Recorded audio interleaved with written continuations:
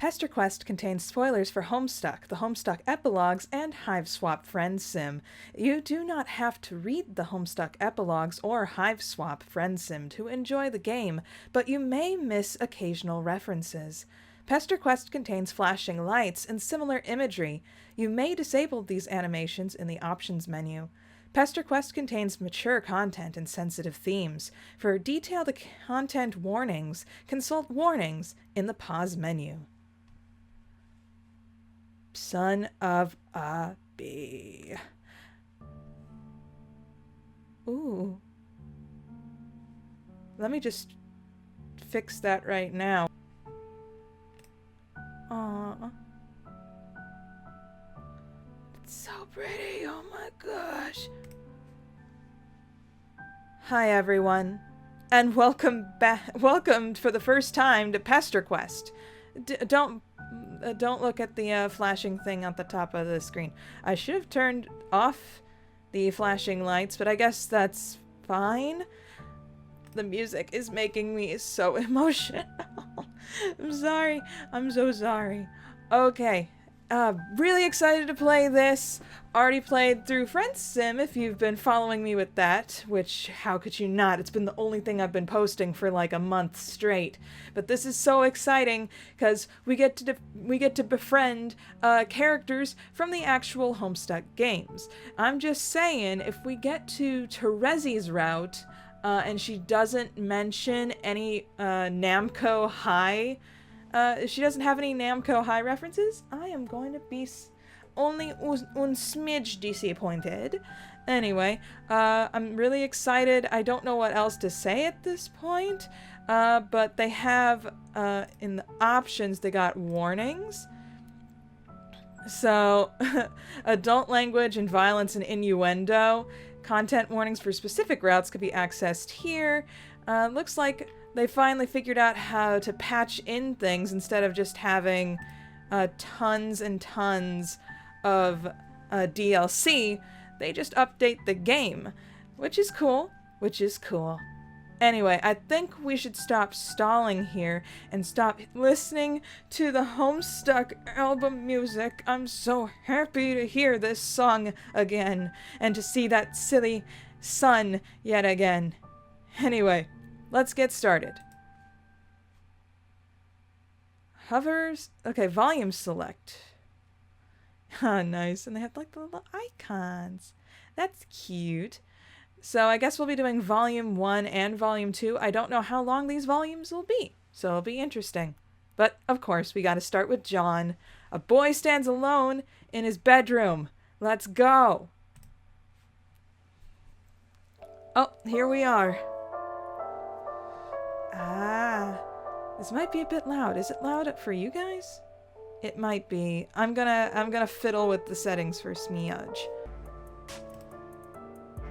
I think this should be good. Hopefully not too loud. If it is, I'll be finicking with it for a bit. I'll just turn it down on my end though.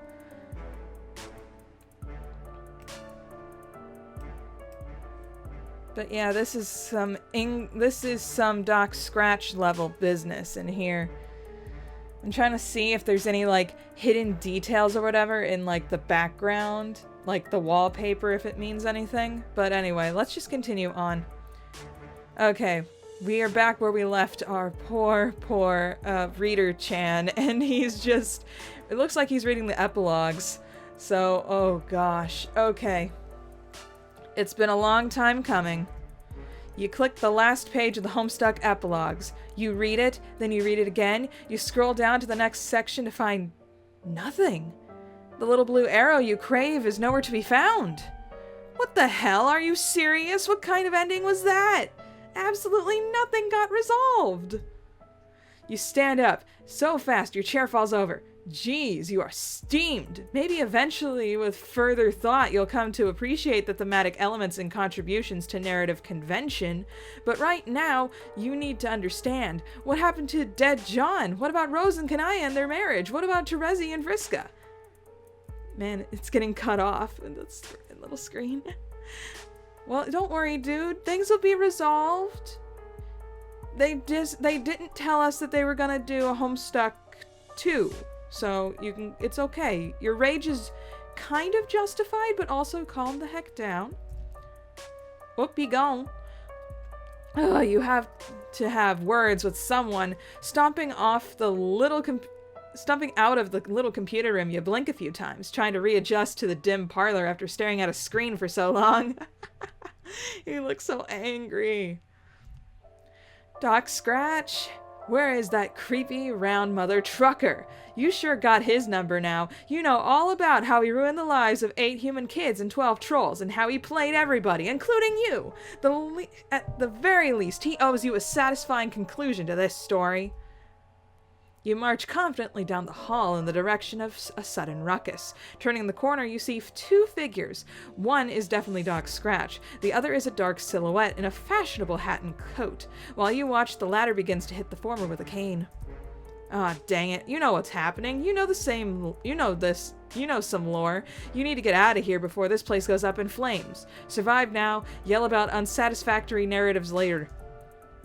With that in mind, you leave behind this ridiculous altercation, trampling a pile of notes and photographs underfoot as you make a run for the fenestrated wall. See, suckers? You sail through feet first, bracing for the smell of overturned earth and the sight of twin Alternian moons. Man, it's gonna be good to see your friends again, especially now that you're armed with all this canon knowledge. But what surrounds you is not Fozzer's corpse field. It's a whole lot of nothing. Are you lost between worlds or something? Wait, no! You see a glimmer in the distance. A bright white light. Swallowing down the surge of panic, you move towards it. No, don't touch the house! Why would you do that? Okay, the light coalesces into the form of a small symbolic house. Hey, you recognize this house? You wonder if you can just sort of... Oh, okay. Well, you did that. A barrage of images hits you, broken, chaotic flashes, too fractured to make sense of. You just stuck your hand into the most powerful item in the whole of this narrative, and your body is not taking it well. Bright, sizzling pain hits the nerve center of your brain and radiates out to your extremities. Wow, you're a moron. You aren't a comic character. You aren't meant for this sort of metatextual energy. Then it hurts, burns, and it unravels you from the inside out. Then everything goes... Well, technically, you are a character. Fight me on that. Oh, I like how they have, like, the images are much more clear for what they are now. Makes me happy. Anyway. No! What the hell? Are you kidding? Oh. You had me for a second there. Was that intentional? Don't do that. Okay. And John's pianos are playing in the background and I'm gonna scream. Okay. What a lovely morning.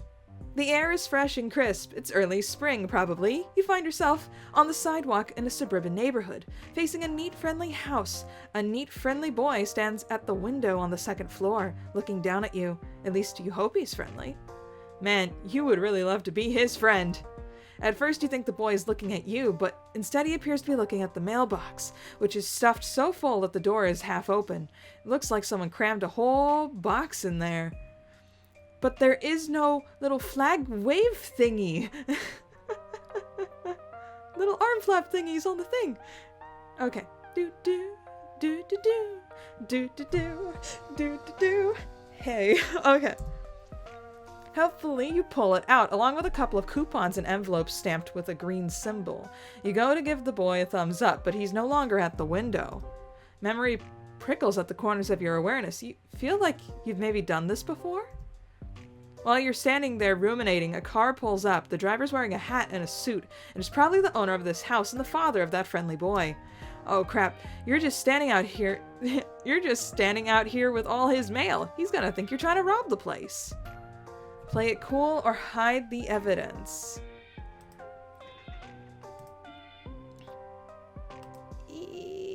Hide the evidence.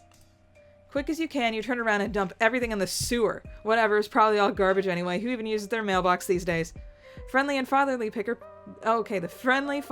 figure parks his car, climbs out, tips his hat to you, then he walks to the house, not sensing a single thing amiss. The perfect crime. Oh, but here comes the boy out the front door. Oh, you hope he wasn't coming down for the mail. The residential boy approacheth. Wait a minute, this is not the same boy you saw peeking through the window. It's not a boy at all. It appears to be a mysterious gentleman. You wonder what business this fine, upstanding neighborhood gentleman would have of you. Oh gosh, I can't remember my John voice. Oh, the pressure is on me. Oh no. Okay, we can do this. It's just a really nasally voice. But like a not Terezi nasally, but still kind of nasally. Okay. Hey. I saw you standing out there messing with the mailbox. I figured you might be the mailman? Look at how blue his eyes are. Even though you're not wearing a mailman outfit. Oh yeah, that's you. You're definitely the mailman. Your outfit is, in the laundry today. You're just wearing your mailman hoodie instead. You see this symbol? It's the symbol of, mail. Nothing stops the mail. That's great. I guess it's true after all that mailmen are completely relentless in their quest to deliver people's mail. You guys are incredible. Speaking of mail, do you know if I got any today? Please don't be your birthday. What? No. What red package? You haven't seen anything like that? No bills, junk mail, nothing at all. The mailbox was empty when you looked inside. Well, I didn't say anything about a red package. Should I be expecting one? Come to think of it, it is my birthday, so getting a package in the mail would make sense. I just created a time paradox. Where no one went on an adventure. Okay. And if it's red, it probably means it's from Dave. He loves red, which I guess is cool. Oh man, I wonder what he got me. Nothing. He got you nothing, you say. Isn't he listening? This Dave fellow probably forgot his birthday due to being a bad friend, and that's why there's no package, red or otherwise. What? Oh, just kidding, you say? You aren't sure. You're sure Dave is a great friend who cares about this kid a lot. His present's probably just late and definitely not slowly sinking into a subterranean river of crap right now. It's not what? That's a strange thing to say. Are you sure you don't know more about Dave's present than you're telling me? No, you say? Absolutely not. Actually, he should forget what you just said about being late. He should not be expecting a red package. Not now or ever. He should trust you because all mailmen know everything about the mail. Dang. So nothing else? Huh? You said the box was empty? I don't think I understand. Isn't that how it always is when you deliver mail? I mean, you're a guy who's supposed to put stuff in there.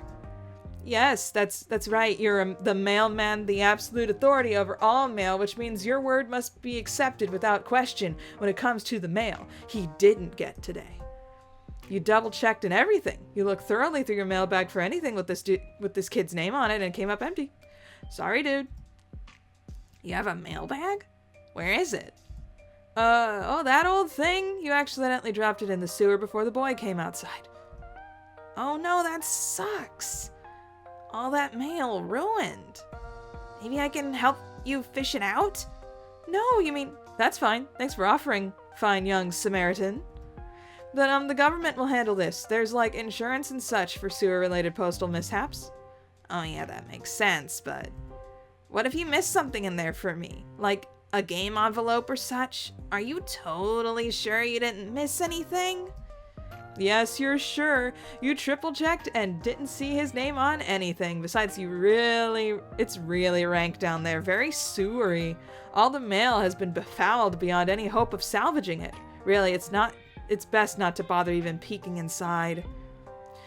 So, you're probably right, but...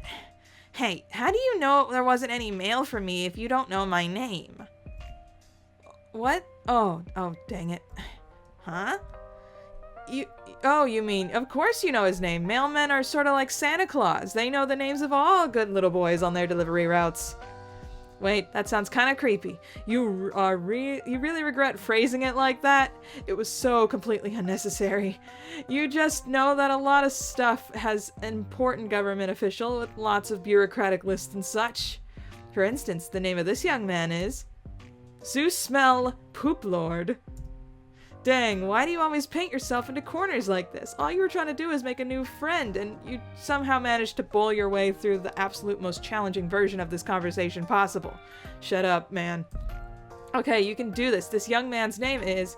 Wow, it really could be anything. He might as well have given you a random name this very day, shortly before you arrived, for all you know. You'll just have to go with your gut and feel it out. A new friendship is on the line. His name is... Wait, no, he's making a bad face. They're on the wrong track. Oh, he's perking up. This is good. No, bad face again. It's not Jimmy. Or Gilliam? That's not even a name. Anyway, John. Yeah, he likes a John. Jombermy. Crap, that looks disgusted. Bored. Jombermy? You're not really. You can be quite the idiot sometimes. Jonderson. Wait, he looked pleased for a minute.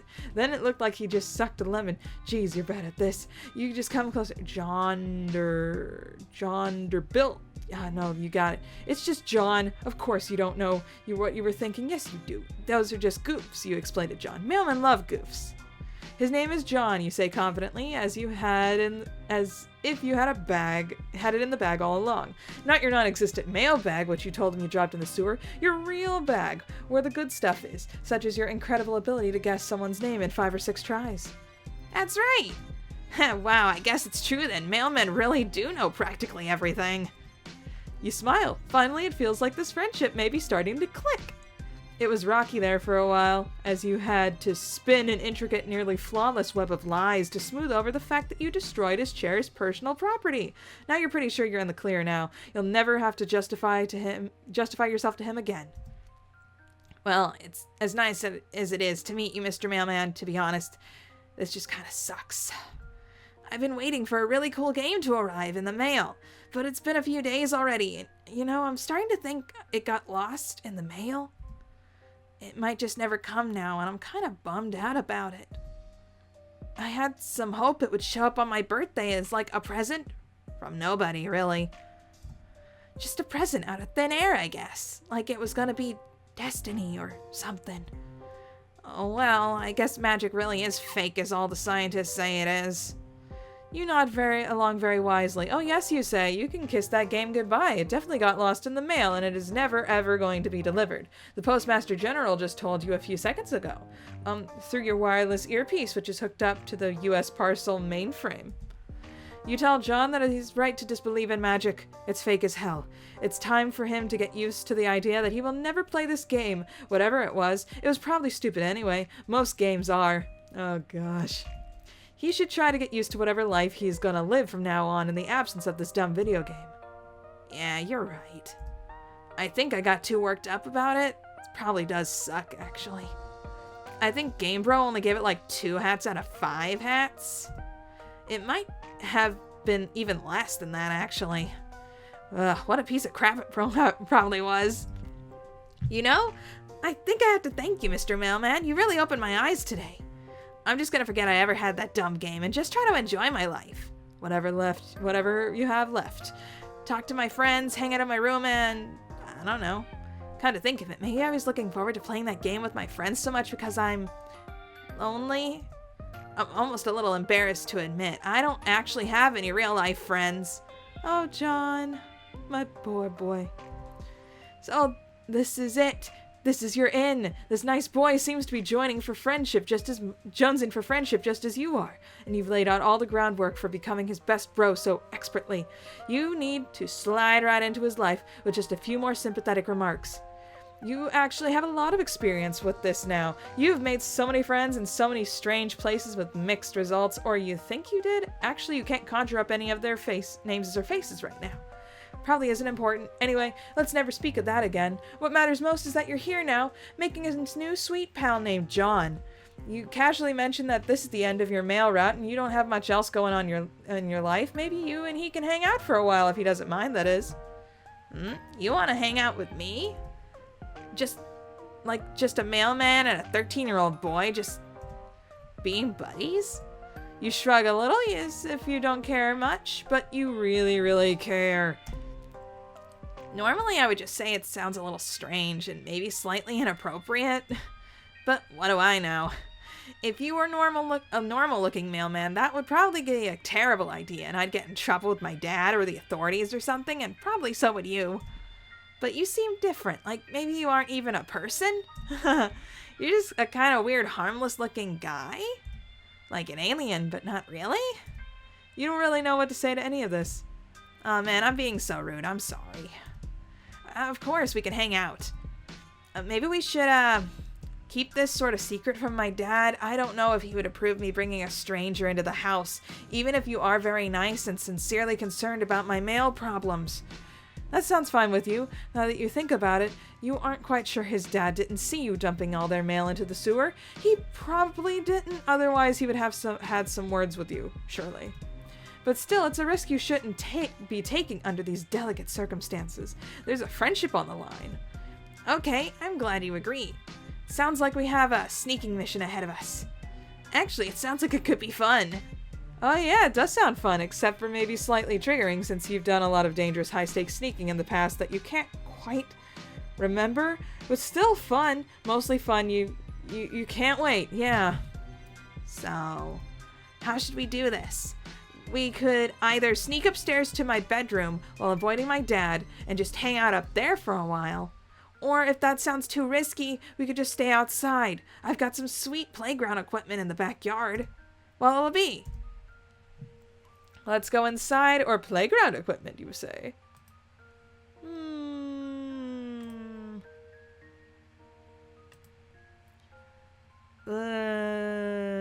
I'll try this one. We somehow got inside.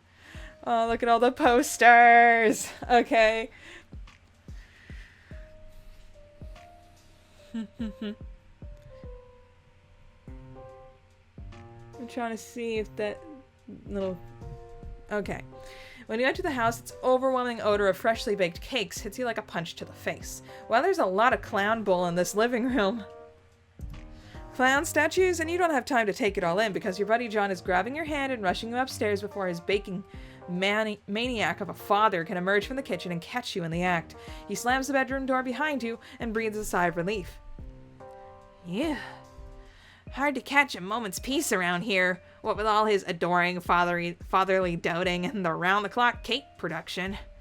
I feel like I'm suffocating around here. It's not just because of the thick aroma of Betty Crocker products. It makes me feel like I'm being gassed in a bakery. You're not sure what to say. You tentatively lift your arm as if you're about to place it on his shoulder, but you hesitate.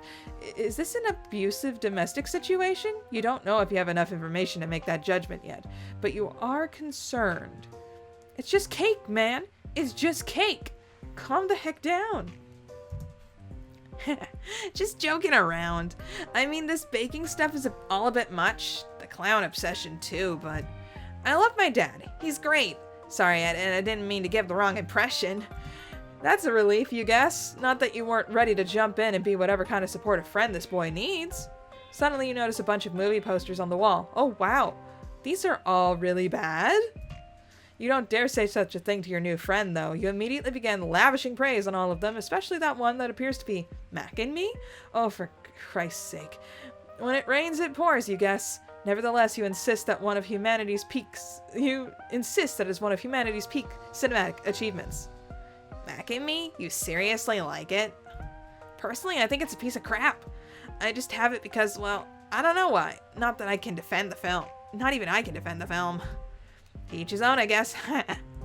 I'm happy to hear you like all the movies, though. They're all incredible. You have good taste. Except for liking Mac and Me, though. It's complete garbage. Okay, you can admit that you were a little overzealous there. Maybe dial it down a notch. You really don't have to try so hard. There is a moment of awkward silence. You hadn't really thought this far ahead, and apparently neither has John. There must be something you can both do to advance this friendship. He's starting to look self-conscious now. Poor friendless kid really doesn't know how to entertain anyone in his home, does he? You can see now that your friendship is needed now more than ever. You have to step up. So, what do you typically like to, Suddenly something gets John's attention. It's coming from his computer. Oh, hey, can you hang on a second? My buddy Dave is pestering me. John settles behind his desk. Dude, what are you doing? Dave, you'll never guess what I'm doing right now. Are you opening the birthday present I got you? Oh no, I'm sorry, Dave. I think your present got lost in the mail. Unfortunately, it might be gone forever. John, what the hell? Maybe you could send me another one, whatever it was. Dude, no. The thing I got you was priceless and irreplaceable. If it's lost in the mail, there's literally zero chance you'll ever see another one like it ever again in any shape or form. Except like 3 different times. Whatever. Wow. That sucks. Oh well, whatever. TBH, probably the fate it deserves. What was it? Never mind, just some ironic trash from your best, coolest bro in the world. Just forget it. If I tell you, you'd probably be sad it's gone, so it's a secret. I'll take with me to my grave. Do you understand, Egbert? Yeah, that's fair. So what are you really up to? Are you playing that dumb game with Rose yet? What? Oh no, I think that got lost in the mail too. It's also gone forever. Holy crap, John! I leave you alone for 2 seconds and everything goes to hell. This is why I can't stop pestering you for even a second. You just lose complete control over your life the moment I turn my back. How do you even know it got lost in the mail? Like, how can you even formally be verified in any way? You haven't even been waiting for it that long. I can't read. 'Cause the mailman told me so. What? Okay, I know I say this almost every day, but that actually is the dumbest thing I've ever heard. It's true. He was quite sure about it. First of all, John, mailmen don't know anything. They're just guys who walk around handing out letters and stuff because they have zero knowledge of the greater workings of the mail, let alone the specific fate of any given package. Dave is just destroying me right now. Unless there's a tracking number or some stuff, but even then the mailman isn't really the guy who deals with that. The only way a mailman would know for sure if some mail got lost is if he was the one who lost it, or like deliberately destroyed it. Between the game and my sweet present going missing, something smells fishy here. John, are you sure the mailman didn't just steal all your stuff? Of course I am. I don't know, man. He wasn't even holding anything when I talked to him, not even a mailbag. My alarm bells are going haywire here. Sounds like this incompetent jerk just lost all your mail and tried to cover his butt. No! Are you sure he didn't just screw it up somehow? Like a mailman stank on it and then in a fit of shame and panic like buried it or dunked it into a smelly hole? Dave, this is insane. You're being so paranoid. Besides, aside from the birthday present, why do you even care? You think the game is stupid. You don't even want to play. Yeah, well, I was lying my butt off to sound cool and aloof. Of course I want to play this game. It's like this whole rad thing we're all gonna do as friends, and now it's ruined. Aw, you're right. That is a shame. I'm sorry. I don't know. There's just some bad feeling I have that we need to play this thing for the destiny reasons or something. At least Dave's not going around and being like, yo, dude, I know you're messing with the timeline. Get out of here. Sorry to blow my cool cover and start sounding like Jade or whatever, but I'm kind of angry right now. Especially now that I know you won't get your sick bunny. Bunny? Forget I said that. Lol, okay. Anyway, all that aggravating bull aside, what are you gonna say? What were you gonna say? Oh, right, I made a new friend. What? A friend. No, a friend? Bull. No, it's true. John, this is so unlike you. You don't have friends. None of us do. We're a bunch of total losers.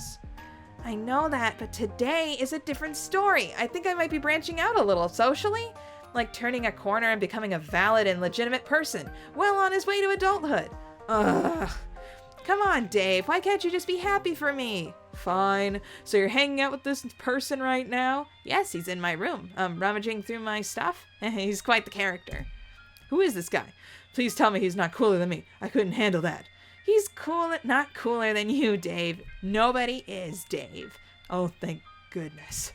So, tell me about him. Well, you know the mailman I was talking about earlier? Yeah? Well, you see, it's the mailman. JFC! What? John! No! What's the big deal? Do I even need to explain why a 13-year-old kid shouldn't become buddies with a mailman or hang out with him in his room? Does your dad know about this? Well, no, but I'm trying to avoid him. He's in one of his baking frenzies. Do you realize this is the same guy who likely stole your game and my beautiful present, right? He probably sold them in the black market, or worse, he did something screwed up like flushed them down the toilet. He didn't do that. Dave, it would make no sense to do that. You're being crazy. Okay, dude, but you're the one chilling with a random postal worker in your bedroom on your birthday. I'm just looking out for you. What sort of sicko would just want to come into your house? How old is this guy anyway? I don't know. He seems sort of ageless. What? Dave, that's the thing. He's barely even a person. He's just a friend. I feel like I'm losing my mind. Listen, I don't expect you to understand. He's just a fun, harmless person who appears to have no particular defining qualities whatsoever. What's so crazy about that? Nothing, I guess. I don't even know anymore. Fine. Enjoy your new buddy. It's your birthday after all, so you get to call the shots. So what's next on the agenda? What's he even doing now? Well, he got a little bored while I've been talking to you, and he spread out most of my belongings across my bedroom floor to examine everything. Now he's just messing with stuff, like my magic stuff. It's pretty cute. I like this guy. John, I'm gonna run something by you. I hope you don't blows your mind or anything, but what if this guy isn't even a mailman? What?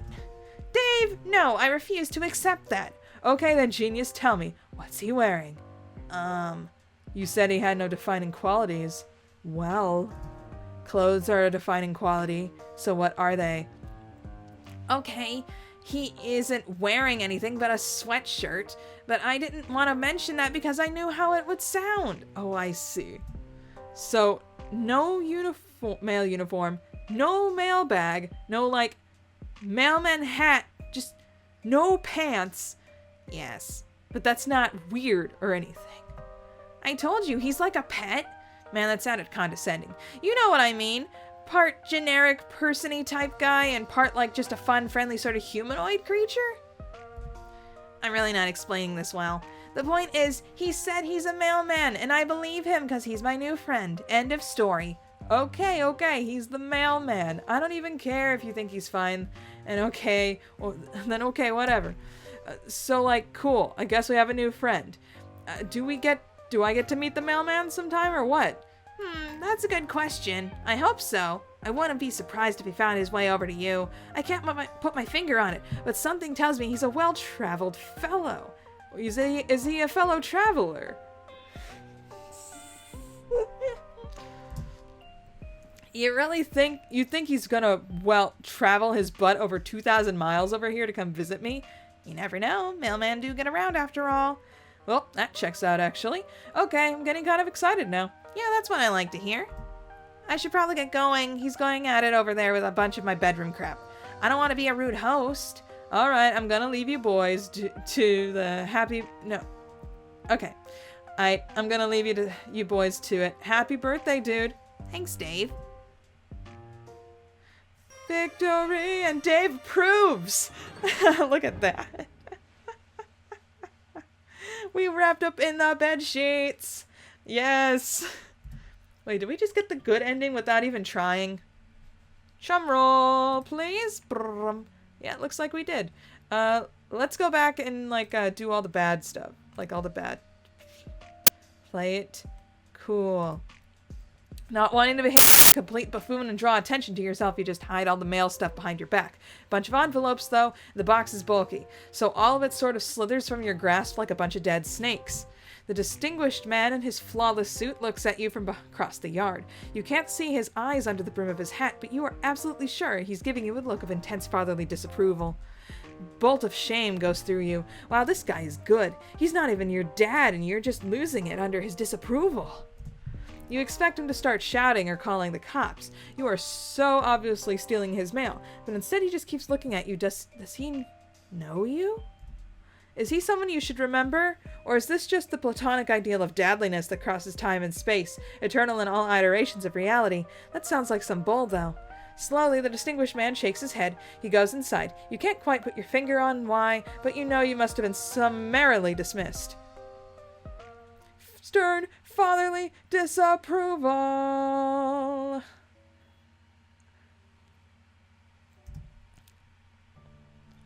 Okay, let's go with the other one.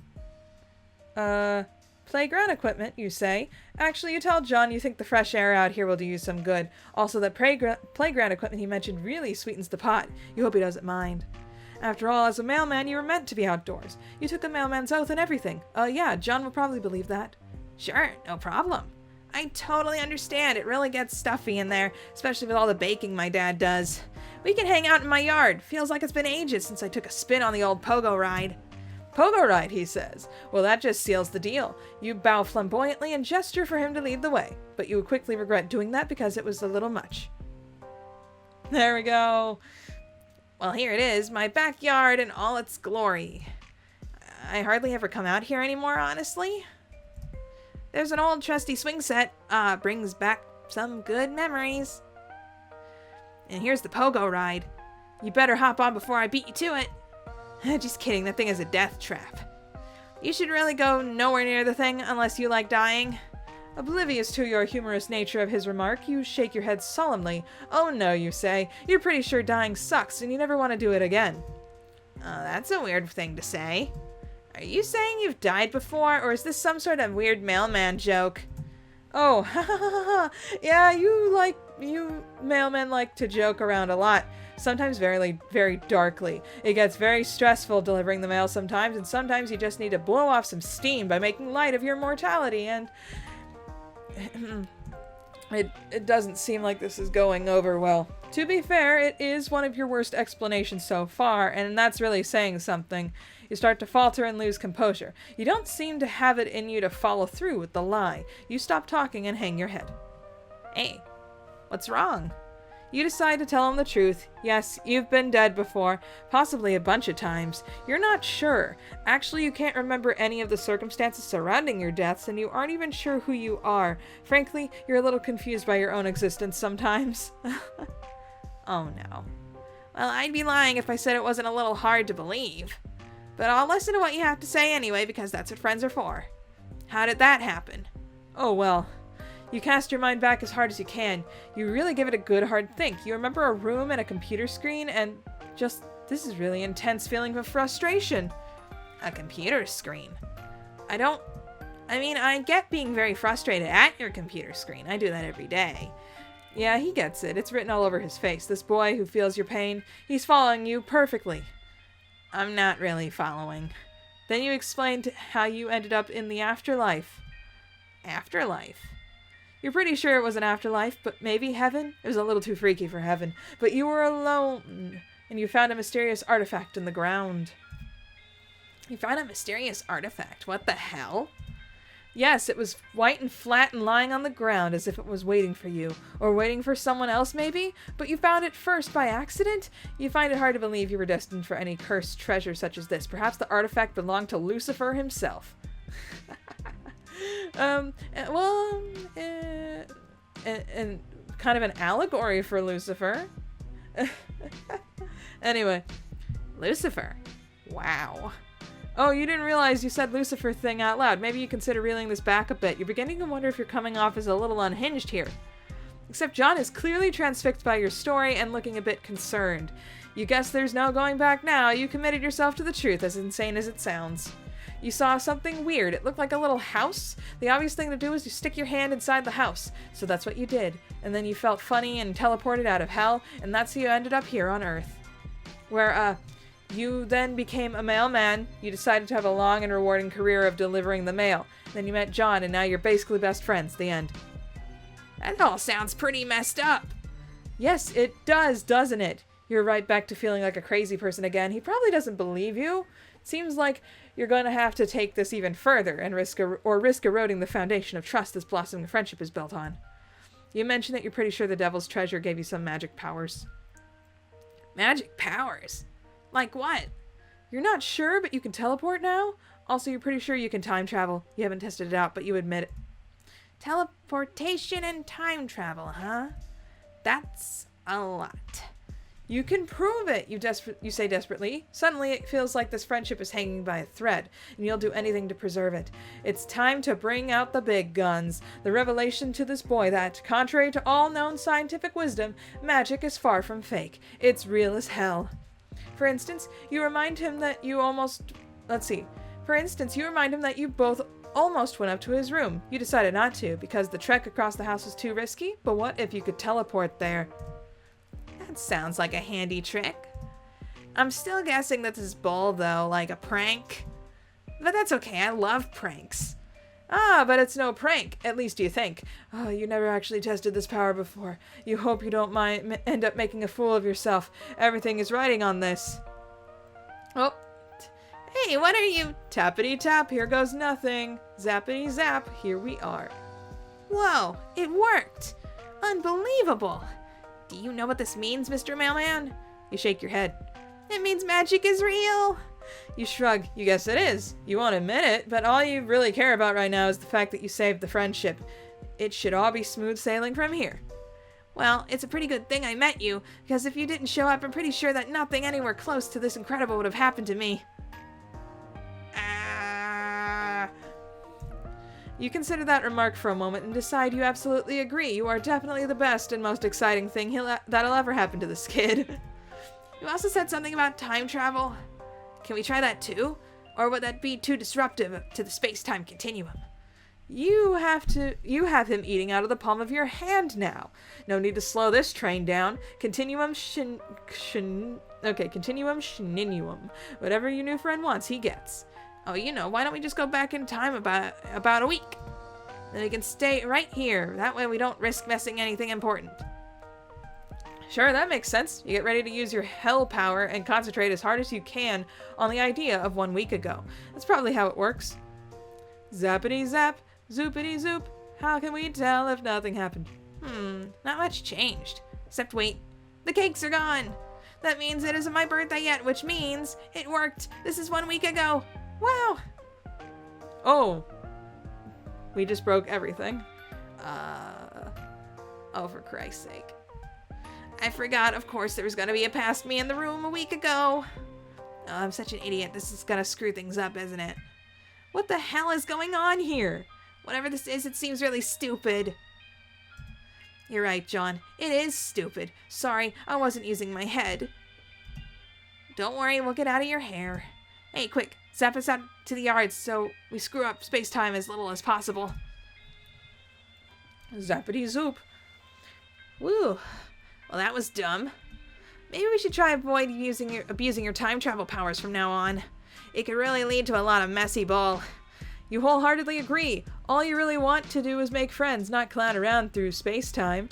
Meanwhile, I guess we're still a week in the past, so maybe just standing in my... But now we're just standing in my yard doing nothing? Seems pointless. We should probably head back to the present. You nod. This is an interesting experiment, and it brought you a lot of credibility, but it's time to... Wait a minute, something's wrong. There's a slight buzzing in the air. You can feel it. What's the matter? You tell him you think someone is coming. Quick, you have to hide. Whoa, okay. You and John dash into the neighbor's yard and hide behind the fence. You peek into the backyard to see what's happening. Suddenly you see it. The energy you were feeling ago was a group of teenagers randomly teleporting into John's backyard. Excuse me? What the hell? You examine them more closely. They're all dressed in ridiculous, colorful outfits. Is the circus in town? There seems to be a lot of clowns in John's house. Maybe this house is some kind of globally recognized headquarters for traveling clowns. Or it's all the god tier kids basically going to beat you up because of this. They're not really clowns. They're just teens wearing strange pajama-looking clothes. 8 of them, to be precise. Oh, no. Oh, no. On closer inspection, one of them seems familiar. It's the guy in blue pajamas, you think. It's your new friend, John? He seems kind of older. Definitely not a 13-year-old kid like your buddy here. Oh, now I know where we're at. We're in the meat epilogue. Oh, no. You gonna mention Jade with dog ears? They all appear to settle in for a while to talk amongst themselves. The guy in yellow Speedo gets down to business on the pogo ride, absolutely oblivious to its dangers. There seems to be a serious atmosphere hanging over this group of teens. Important discussions are happening. It's completely baffling to you, and by the look on your buddy's face, to John as well.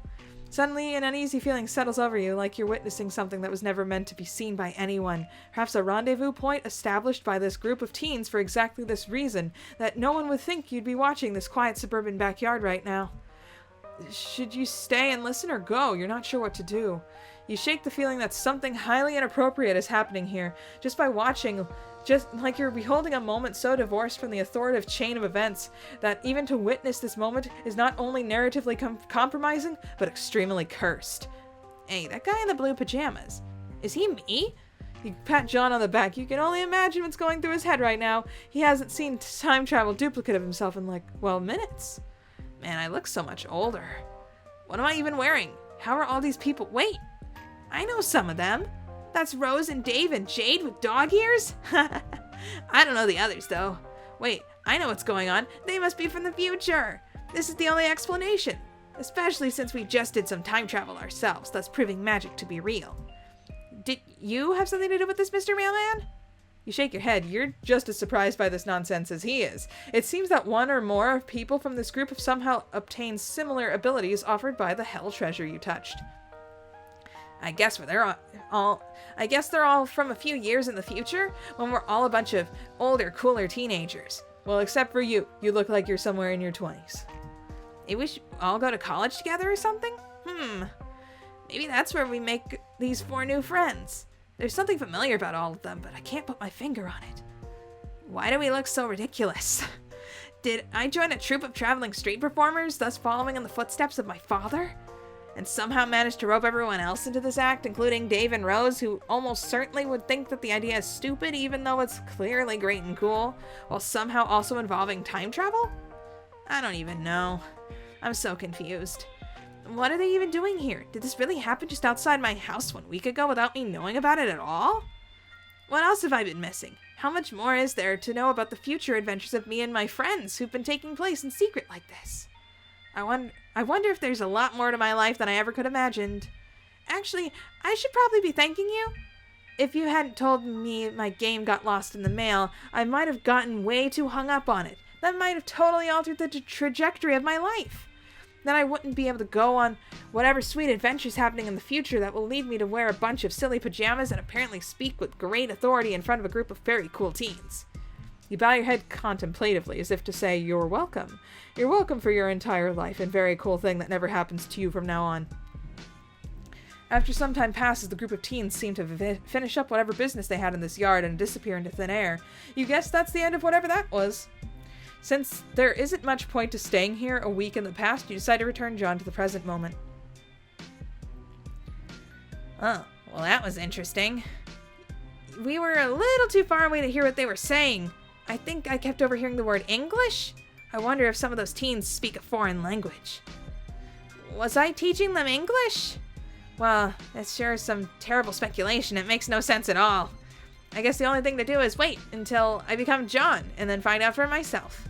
Sounds exciting. Also a little overwhelming. Dang, I'm gonna need to think about this. You watch as John spaces out for a solid minute, thinking about his absurd future. You glance towards that swing set, wondering if the fun times John had planned for you were going to continue to recede into the distance, as he comes to grips with his mysterious destiny. You cough a little to snap him out of his stupor. Oh, I'm sorry, Mr. Mailman. I know I said we would do something fun, but now I think I'm kind of in an existential mood. I should take a walk and think about what just happened today. I feel weird. It's nothing personal. I just need some space. Well, see you. Big existential crisis. Okay, so I've got the feeling that I'm only going to be doing that first volume for this episode, but thank you guys so much for watching. I hope I can see you all next time for Rose's route in Pesterquest. See you all next time. Bye! Hey there. Consider becoming a patron, just like the phenomenal Bleed Red, Alexander Madeline, and Uranium Coffee.